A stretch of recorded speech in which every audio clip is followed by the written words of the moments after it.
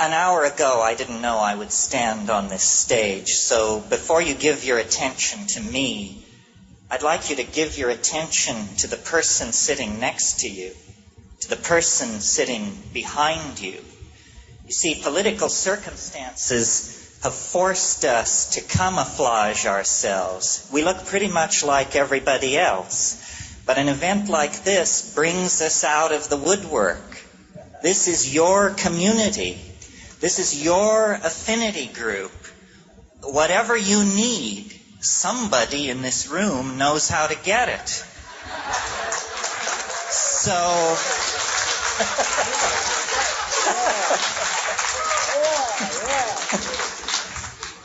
it's not necessarily the four dicks on the stage that are going to lead you into a new world. It's what you do for yourself to make this inner journey. As Tim's mentioned, we've all been down in Linz thinking about virtual reality. And of course, for an American to come to Germany is to think about the great changes that are happening here. And I kept asking myself, what is the uniting theme between psychedelics, virtual reality, and Germany? And the answer is radical freedom. Yeah. Radical freedom. Radical freedom doesn't mean giving somebody the vote. Radical freedom means the right to take over and control our own destiny and the destiny of this planet. Radical freedom means recovering our birthright. What would you think if somebody attempted to take your sexuality away from you? In the suppression of the psychedelic experience, the masters who make the rules have taken away a major slice of what it is to be a human being. This is intolerable. We have been robbed of our birthright by the frightened, the constipated, the narrow-minded, the stupid, and the afraid. Yeah. Take back your mind. Take back your mind. That is the message.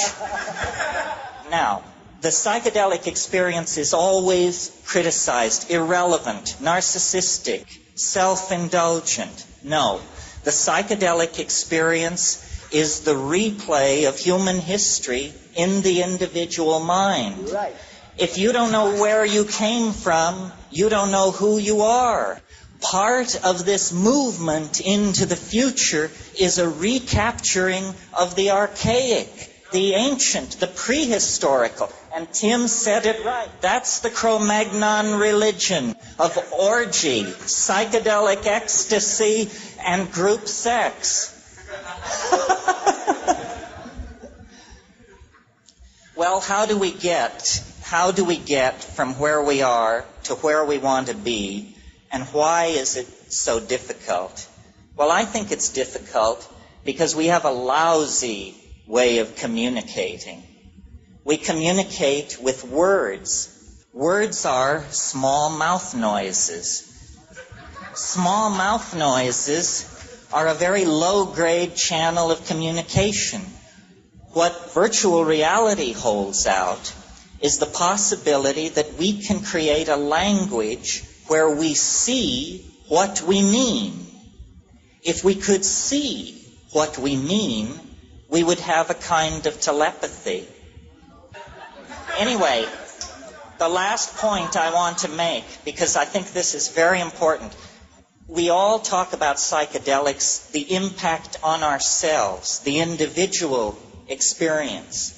But what are they when you look at 1 million psychedelic trips? What does it do to society? What it does is it dissolves boundaries. It dissolves the ultimate boundary, which is the ultimate fuck-up, which is ego. Ego is something invented by frightened people 20,000 years ago as a way to suppress women, as a way to suppress sexuality, as a way to suppress the wonder inherent in the world. Psychedelics are catalysts for the human imagination. We were called forth out of monkey existence by the fact that we had strange eating habits. And the consequence of those strange eating habits is now a monkey can dream of transforming its collective soul into a flying saucer. This is the goal that lies ahead at the end of history. History doesn't go on endlessly fluctuating centuries into the future. History is leading toward the transformation of this planet in our lifetime. A cybernetic, biological, psychedelic being. The collectivity, not only of humanity, but of all life on Earth, is struggling to be born. The entire universe of matter is the womb of mind. And it is the task of human beings to lead the collectivity of humanity out of the labyrinth of matter and into the realm of the imagination. The imagination is where we're all going to live. The imagination is the only place where the human soul is at home. Well, listening to Tim, one thing occurred to me that I wanted to leave with you, and that is what this is all about in political terms is the empowerment of direct experience. We all are sold a bill of goods. Maybe you remember the Bob Dylan song where he says, "It is not he or she or them or it that you belong to." This is what psychedelics teach you. We're not going to learn it from Der Spiegel, from Time magazine. It doesn't come like that. Direct experience, your opinion, your feelings, your sexuality is the only real thing in your universe. Don't transfer loyalty to ideology, to money, to party, to friends. All of these things are outside of the core of your reality. And centuries of programming have been laid on to all of us to take away the power of our own direct experience. This is why psychedelics are illegal. They don't care whether people jump out of windows or any of that. They're not interested in public health. They do not want people to take back their minds. And we're going to take back our minds. Soon. The sooner the better. That's really, to my mind, the bottom line. That's why this thing has potential world consequences. Because an empowered individual in touch with their own existential core can do what that guy did with the 18 tanks. It was an idea that stopped the tanks. And it was an idea expressed not over state radio, not through the newspapers, but by one person taking a stand. You know, a great American philosopher, and I hope it was Emerson, said... No, it was Emerson. said, if you are right, you are a majority of one. You are a majority of one.